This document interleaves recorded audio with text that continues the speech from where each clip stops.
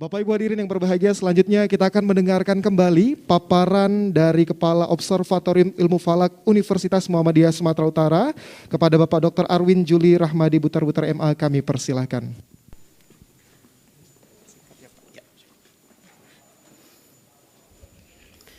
Bismillahirrahmanirrahim. Assalamualaikum warahmatullahi wabarakatuh. Bapak, Ibu, para alim ulama, para tokoh masyarakat, tokoh agama yang saya hormati dan muliakan, izinkan dan mohon maaf saya tidak menyebut dan menghormat satu persatu demi efektivitas dan efisiensi waktu kita, oleh karena beberapa menit lagi matahari akan terbenam, di mana kita akan segera melakukan pengamatan. Kepada saya dimintakan untuk memberi catatan atau analisis atas fenomena Ramadan pada tahun ini yang beberapa saat lagi akan kita lakukan, dan berikut sedikit penjelasannya. Lanjut. Bapak Ibu semua, ini adalah data sedikit mengulang dari yang disampaikan oleh Ibu Nopita tadi dari BMKG. Secara singkat, ketinggian hilal pada saat terbenam nanti adalah 1 derajat 48 menit, sudut elongasinya 3 derajat 21 menit, sedangkan umur bulannya dari sejak terjadinya ijtima atau konjungsi. Ijtima itu adalah proses segarisnya bumi, bulan, dan matahari yang durasinya 29 hari, 12 jam, 44 menit, dan 2,8 detik, yang itu terjadi pada jam 13.25 tadi, sehingga sampai dengan terbenam matahari nanti usia bulannya itu 4 jam 30 menit. Data-data ini penting untuk diaplikasikan dalam beberapa konsep yang berkembang di Indonesia. Dari data ini, sebagaimana digunakan oleh Muhammadiyah, ini yang pertama, yang menggunakan hisab hakiki wujudul hilal, yang menggunakan parameter secara kumulatif, ijtima terjadi sebelum matahari terbenam, itu terpenuhi. Lalu bulan terbenam setelah lebih dulu terbenam matahari. Dalam hal ini kita lihat datanya, matahari terbenam itu lebih dulu daripada bulan. Lalu pada saat sore hari nanti, pada saat terbenam, hilal masih atau sudah berada di atas ufuk, yaitu ketinggiannya 1 derajat 48 menit. Sehingga dengan ini, pada saat maghrib nanti, setelah matahari terbenam, setelah azan berkumandang, maka Muhammadiyah mohon izin menyatakan sudah masuk tanggal 1 Ramadan. Apa analisisnya, argumennya nanti di bawah sedikit. Lanjut, berikutnya kita aplikasikan kepada konsep yang digunakan oleh Kementerian Agama. Konsep lamanya disampaikan Ibu Nopita tadi 238, ketinggiannya minimal 2 derajat, sudah tidak terpenuhi.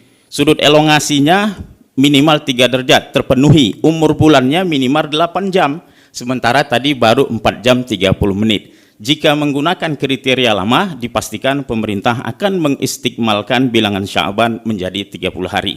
Tapi lagi-lagi ini adalah kriteria lama yang sudah berganti persis pada tahun ini menjadi kriteria baru. Lanjut, yaitu dengan konsep 364. Ketinggian hilalnya minimal 3 derajat, sudut elongasinya 6,4 derajat. Jadi secara teori, secara konsep bisa dipastikan pemerintah akan menetapkan jatuhnya tanggal 1 Ramadan bukan malam hari ini tapi malam besok. Tapi lagi-lagi masih ada klausul sedikit, yaitu ditambah dengan sidang isbat. Jadi penentuannya adalah beberapa saat lagi, apakah Menteri Agama memutuskan berdasarkan kriteria ini ataukah Menteri Agama menerima laporan rukyat dari seluruh Indonesia. Jadi sampai detik ini masih memungkinkan bisa tanggal 2 dan bisa tanggal 3. Artinya sampai detik ini Bapak Ibu di rumah belum bisa memastikan akan masak apa nanti malam, kira-kira begitu. Lanjut. Dan ini adalah data Syawal. Tadi Ayahanda Ketua MUI menyatakan kemungkinan ada perbedaan, tapi secara astronomis Ayahanda akan bersama, tapi secara astronomis ada memungkinkan juga berbeda.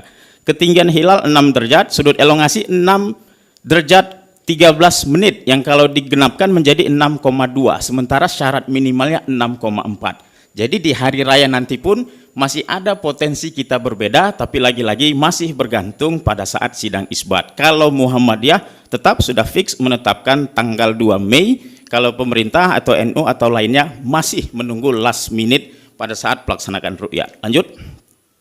Nah, ini Bapak Ibu peta visibilitas hilal, keterlihatan hilal. Kita bisa lihat bahwa kita, Medan atau Indonesia atau Asia itu berada di titik D. Titik D itu adalah keberadaan hilal yang tidak mungkin terlihat. Jadi berdasarkan pengamatan hilal bertahun-tahun di seluruh dunia, posisi hilal yang masih di bawah 2 derajat, bahkan 3 derajat sekalipun, itu tidak mungkin terlihat. Jadi ada istilah mudah terlihat, bisa terlihat dengan alat, tidak mungkin terlihat, dan ada mustahil terlihat. Untuk sore hari nanti tidak mungkin terlihat. Jadi bagi Muhammadiyah, prosesi pengamatan hilal itu adalah bagian dari pengembangan keilmuan dan juga pengabdian kepada masyarakat. Lanjut. Nah, berikutnya Bapak Ibu, sedikit mengapa Muhammadiyah menggunakan hisab atau apa argumen hisab secara umum. Pertama, gerak bulan dan matahari itu bersifat eksak. Ayat-ayat di dalam Al-Quran banyak mengisyaratkan tentang hisab, tentang pengkajian perhitungan benda-benda langit, diantaranya bulan dan matahari.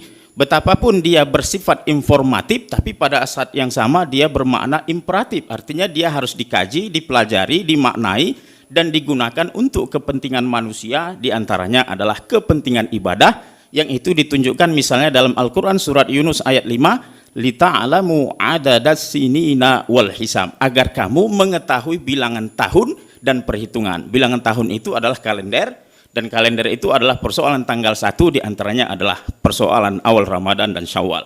Lalu berikutnya ru'yah itu dalam bahasa Arab bisa bermakna dua, melihat dengan mata, bisa juga melihat dengan ilmu.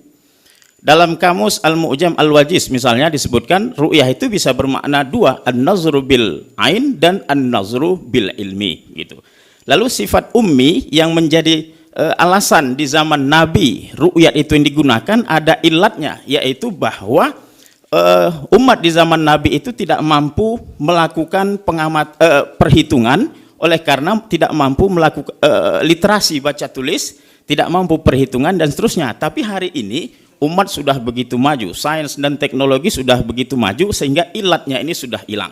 Dalam kaidah fikih disebutkan al-hukmu yaduru ma'a illatihi wujudan wa adaman dan seterusnya. Lalu berikutnya ru'yat itu dalam pandangan orang yang berpaham hisab, diantaranya Muhammadiyah, ru'yat itu adalah sarana, bukan tata cara mutlak. Ini masuk dalam perdebatan ru'yat itu ta'abbudi atau ta'akkuli. Ru'yat itu ibadah yang harus dilakukan ataukah dia hanya sarana yang bisa ditafsirkan dengan cara yang lain. Sehingga dalam hal ini Muhammadiyah memahami ru'yat itu ta'akkuli, sedangkan ru'yat itu bagi yang lain adalah ta'abbudi. Berikutnya yang terakhir adalah analogi atau kias terhadap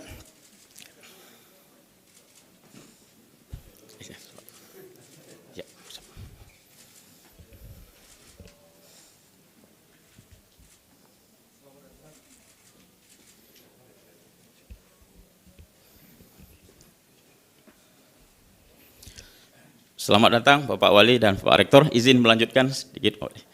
Yang terakhir Bapak Ibu sekalian, yaitu analogi terhadap waktu sholat. Tadi Ayahanda Ketua MUI sudah menyatakan, jika ini pernyataan Syekh Ali Jum'ah, mantan mufti negara Mesir, beliau menyatakan jika dalam waktu-waktu sholat kita bisa dan mau menerima jadwal hisab waktu sholat, kenapa dalam masalah penentuan awal bulan tidak?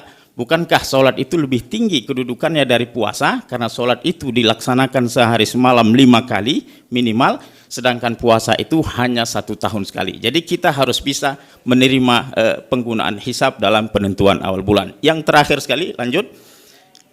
Atas carut marut problematika penentuan awal bulan yang terjadi di Indonesia hari ini, sama seperti yang telah saya sampaikan di tahun lalu, kita perlu mewujudkan apa yang disebut dengan kalender Hijriyah Global Tunggal atau kalender Hijriyah Global, At-Taqwim Al-Hijri Al-Alami Al-Uhadi, yang mana ini sudah menjadi proyek yang sudah digarap oleh Persyarikatan Muhammadiyah dengan konsep 1 hari 1 tanggal di seluruh dunia tanpa ada perbedaan. Alasannya adalah sebagai cara untuk menertibkan ibadah umat muslim di seluruh dunia. Kita sampai hari ini belum memiliki kalender yang bersifat internasional, sementara kalender Masehi ada. Rasa-rasanya kita hari ini tidak pernah mendengar umat Kristen itu berbeda dalam menetapkan hari raya Paskah, hari raya Natal dan seterusnya. Lalu kenapa penanggalan Islam tidak bisa? Maka ini menjadi identitas dan tuntutan peradaban Islam yang harus diwujudkan, harus difikirkan, harus dicetuskan oleh umat Islam yang dalam hal ini Muhammadiyah telah memulai sejak beberapa tahun yang lalu. Ini barangkali Bapak Ibu yang bisa saya sampaikan, mudah-mudahan ada manfaat dan wawasan yang bisa diambil. Kesempurnaan hanya milik Allah Subhanahu wa taala. Saya akhiri, assalamualaikum warahmatullahi wabarakatuh.